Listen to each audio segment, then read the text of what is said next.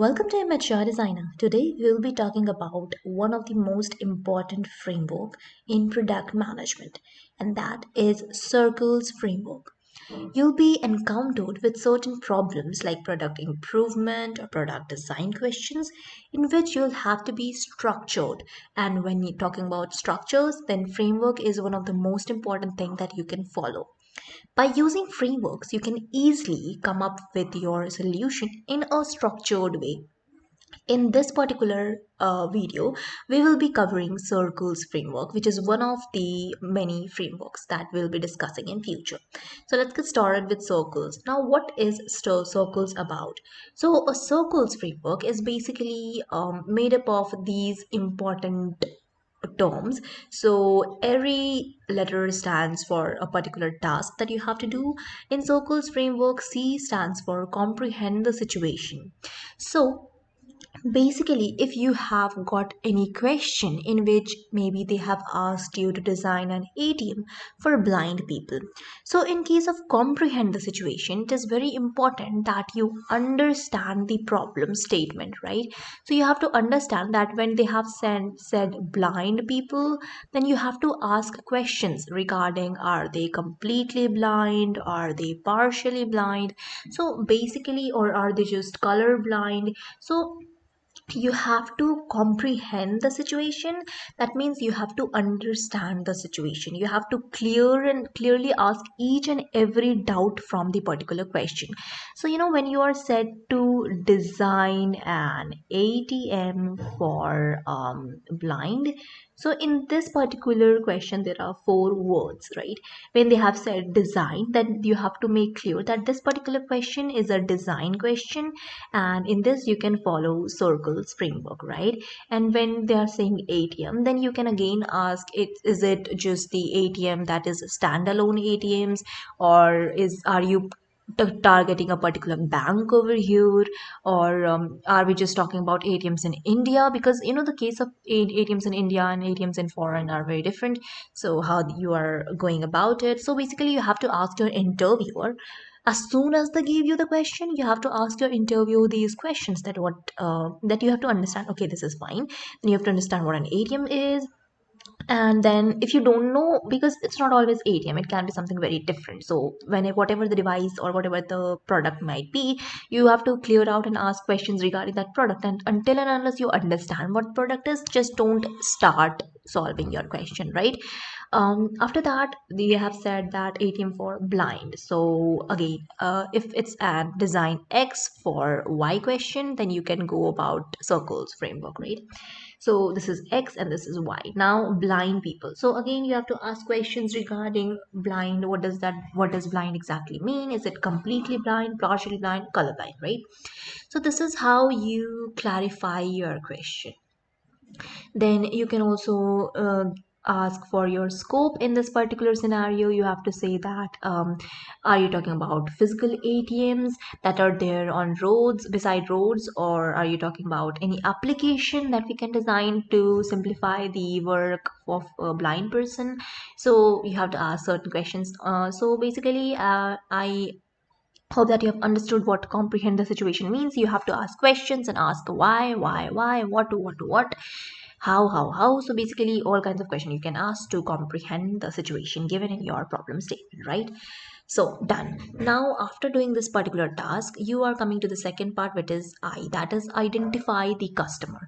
Now, when they said blind, so then again you have to identify your customer properly, what kind of blind they are, and you have to understand your customers. So basically, over here it's important to identify your customers.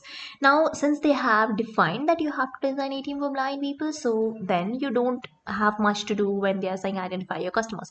But in case of different questions, when they say that design Spotify application, then you'll have to identify your customers. So you have to ask your interview that shall I go about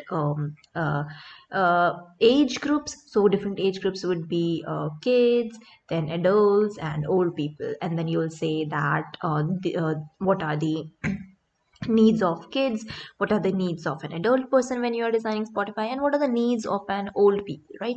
So when you have set the needs of all these three categories, then you will say that, okay, now that I have reported the needs of the customers, now let's just prioritize the user.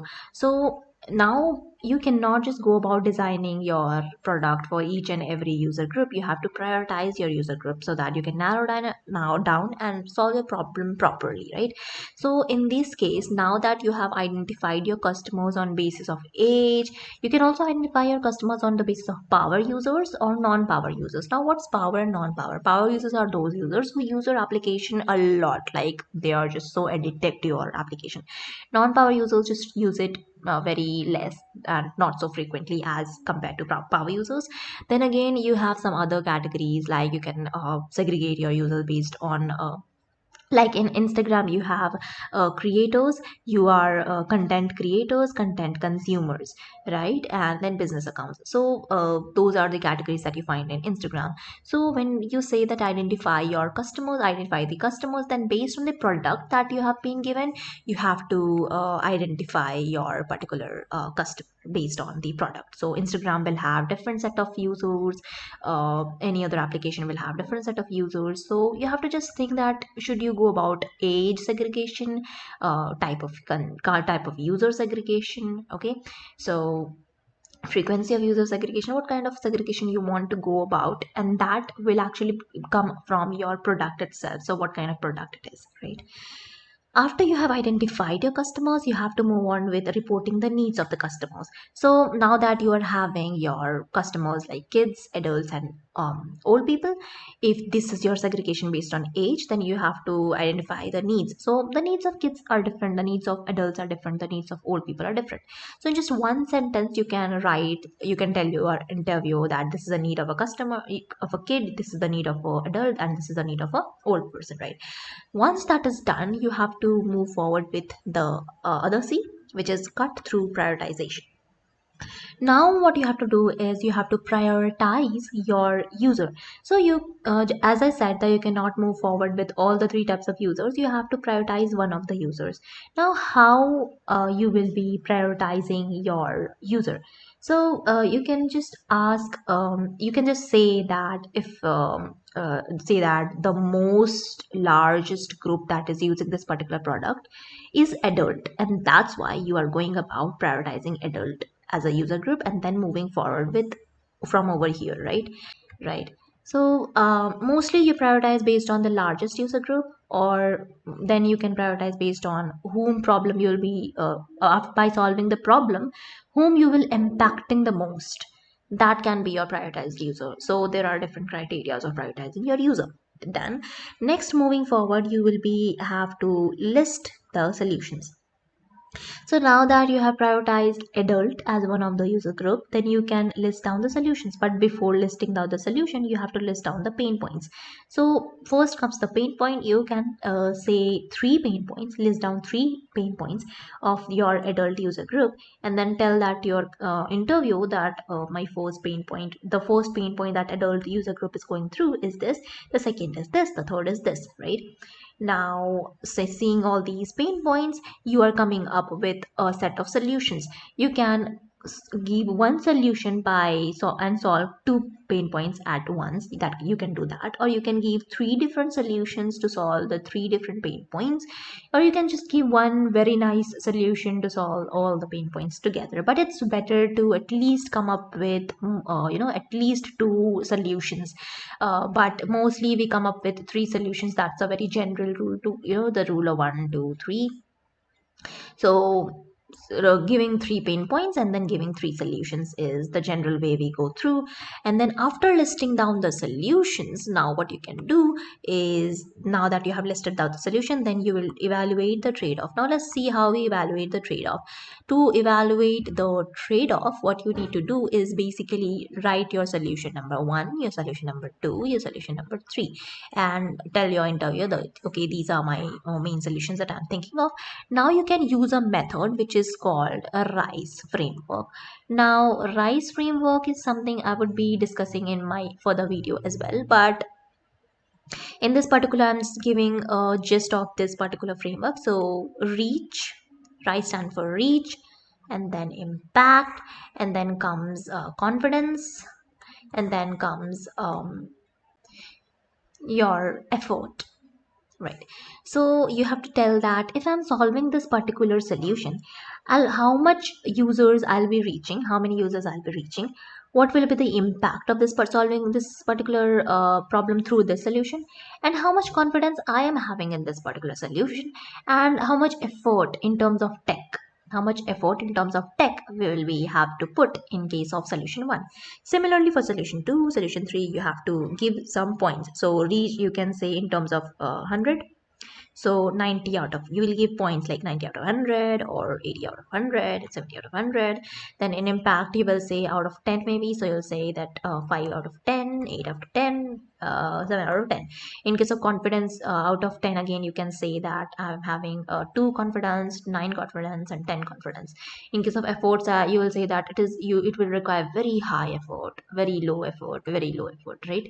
So now as you can see that in this particular scenario, you'll see that the confidence is very low, effort is very high. This particular solution is just not feasible in this particular scenario. So you'll just cut out this one.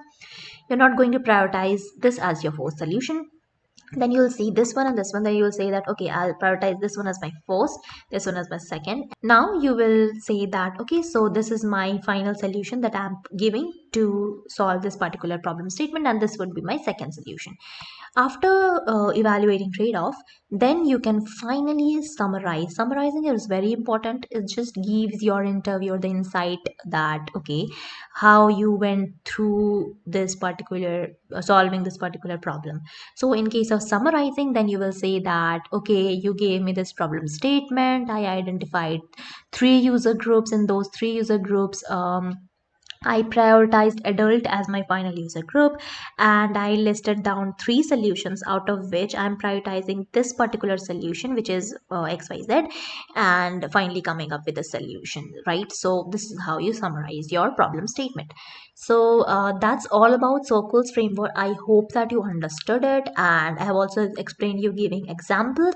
So I just hope that you get this particular framework, and since it's a very important framework, that so I want you to just completely memorize each and everything of this circles frameworks. What is C, what is IR, CLE, and S, and this gives you structure, and this helps you solve your problems. So yeah, that would be all from my end.